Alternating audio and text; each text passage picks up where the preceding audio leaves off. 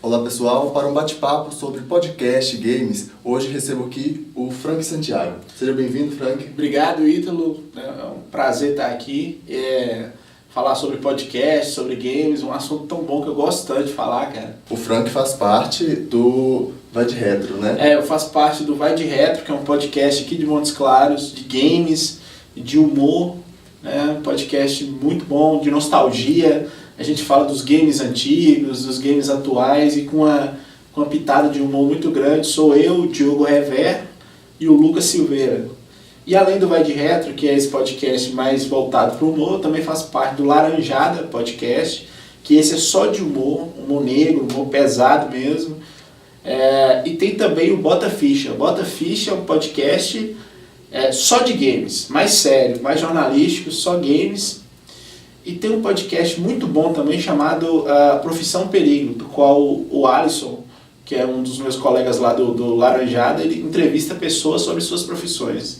Então, nostalgia, informações, como é que vocês assimilam isso todo no dia a dia de vocês? É porque é uma coisa que a gente já tinha desde de mais novo, né? Nós achamos essa mídia nova, o podcast, que é uma mídia direcionada. Quando o ouvinte vai atrás de um podcast, ele já sabe o assunto que ele quer. Então nós encontramos através do podcast falar sobre games. Então, assim, tem várias formas de você ouvir um podcast.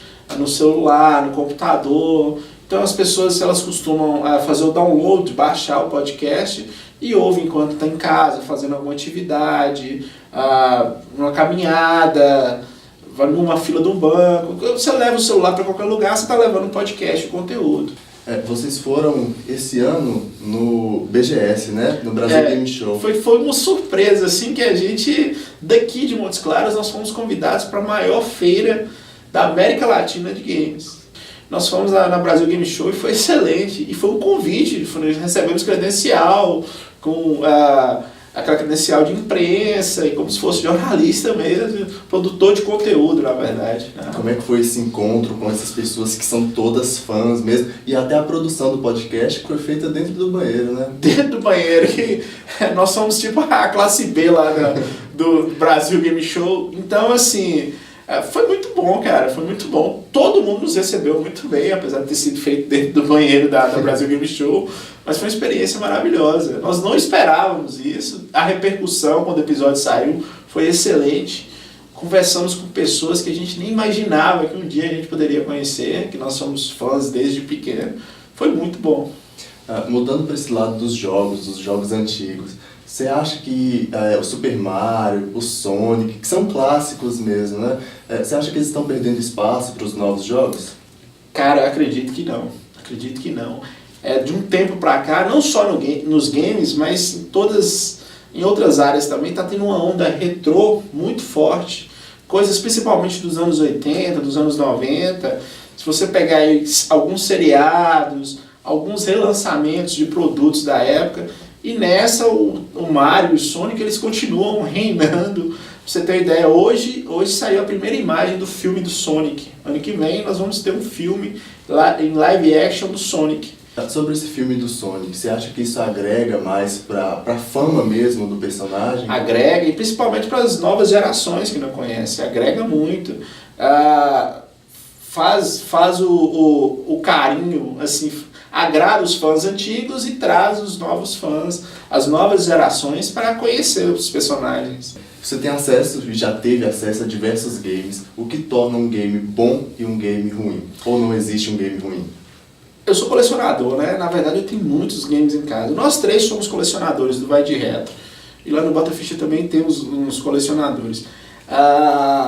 Jogos, produção de jogos, a qualidade desses jogos e acessibilidade. Às vezes o game ele é muito bom, mas ele é muito caro. Por exemplo, o primeiro modelo do Xbox, ele pesava muito, ele é muito pesado. O controle é de difícil acesso, você vai tentar jogar, você não consegue. Então, assim, jogos e acessibilidade, isso que faz um game ser bom. Né? O que ele te traz de diversão? Sobre compras, né, na internet, né, de consoles mais antigos, tem um pessoal que vai vender esses produtos, não sabe o preço, e aí acaba excedendo muito o preço, porque lá atrás ele comprou num preço maior, E agora ele quer vender... Tem isso também. Inclusive no Vai de Retro a gente tem as loucuras de Mercado Livre, que é um quadro que a gente faz lá.